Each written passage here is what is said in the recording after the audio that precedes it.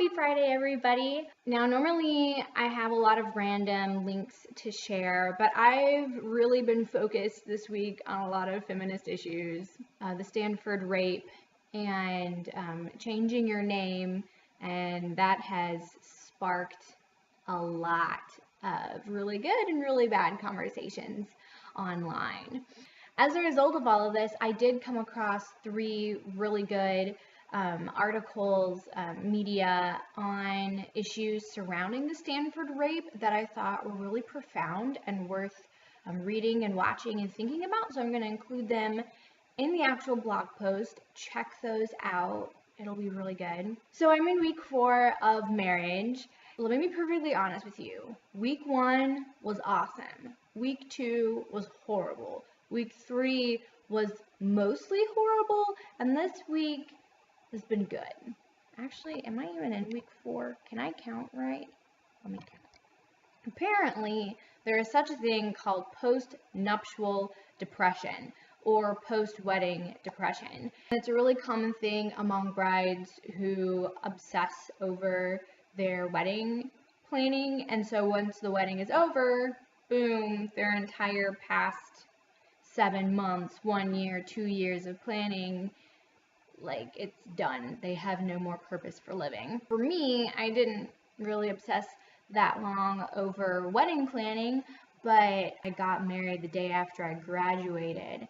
And so I experienced this crash and this depression of no longer being in college, no longer being in my community with my people, and on top of that, being married for the rest of my life.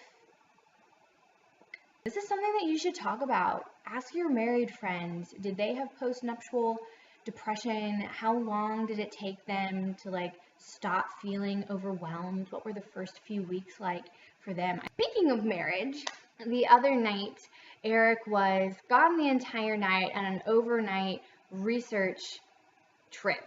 He left at 9 and got back at 7 in the morning, and he'd been up since 4 a.m. the day before.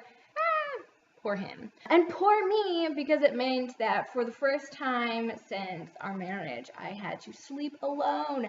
I hate sleeping alone. When I was in college, I would specifically beg my roommates to please study in the room when I had to go to bed, because I didn't like being in the room alone going to sleep. Hashtag extrovert. How about you? Are you fine sleeping alone? Do you like having people in the room with you? I know one friend who cannot fall asleep with another person in close proximity to her. So that would be a fun conversation starter. And probably awkward. It's a good conversation starter for your close friends, not for strangers. So the night that Eric was away, I stayed up until 2 a.m. watching YouTube videos. And then I slept in until noon, which we've been doing a lot because we're such night owls and we're still on the college schedule and we can't figure out how to break it.